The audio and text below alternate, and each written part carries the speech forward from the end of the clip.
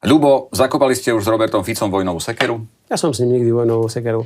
Tak on to tak prezentoval. Nevykopal, ak ju niekto vykopal, tak je to možno on. Ja mu aj rešpektujem, že je zúrivejší na to, alebo ho to viac trápi. Ja som sa ľudsky a mentálne rozišiel so stranou Smer, aj s ním osobne, pretože som myslel a videl, že to, ako ja ešte vidím, čo by sa so Slovenskom dalo spraviť, sa už v rámci Smeru realizovať nedalo. A nemyslím si, že sa ešte niekedy aj dať bude, pretože my musíme pozerať dopredu 10, 15, 20 rokov a myslím, že Smer, hoď veľmi úspešná strana, úspešný pán premiér trojnásobný, 4-krát vyhraté voľby, navždy zostane v histórii a v našich dejinách, ale nie som si už istý, že či Smer dokáže ponúknuť naozaj tú víziu Slovenska na ďalších 15-20 rokov a to sa my v Hlase chceme naozaj pokúsiť.